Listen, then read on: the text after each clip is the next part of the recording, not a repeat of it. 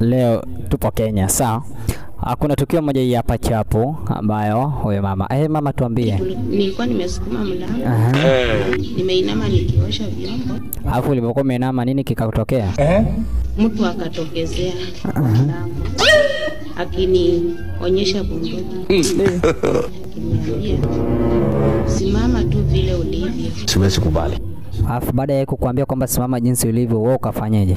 Wakati alini point bunduki kwa uso na kuniambia simama vile ulivyo. Continue.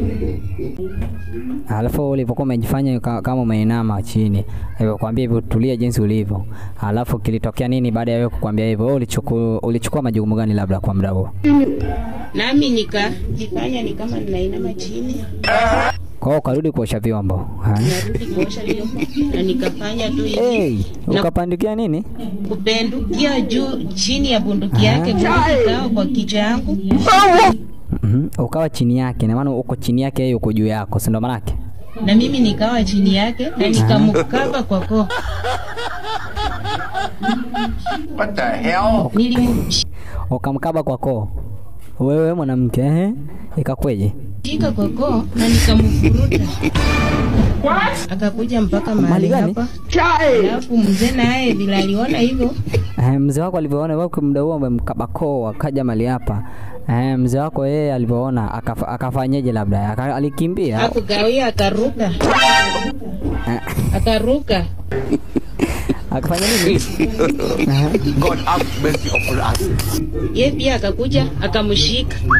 Tukamshika tukasaidiana. Tukawa tukimsukuma upande huu. Mkamshika wote.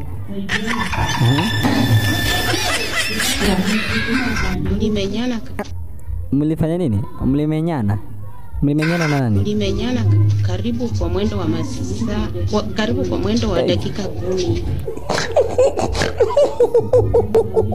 Ndiposa huyo mtu akaamsha bunduki na akaponyoka akatoroka. Hiyo nguvu hata singeweza kutambua, lakini hiyo ilikuwa tu ni kwa uwezo wa Mungu mwenyewe. Praise the Lord. Hallelujah. Kwa maana mimi singeweza kumenyana na mtu kama jambazi, lakini ilikuwa ni nguvu nilizozipokea tu kutoka kwa uwezo wa Mungu. Clap for Jesus. Kwa Kenya. For Jesus. Idadi kamili hatungeweza kujua, kwa maana huyu alipojaribu kuingia kwa mlango tu hivi ndiposa mimi nilimshikilia kwa mlango na wengine hao hawakuweza kuingia.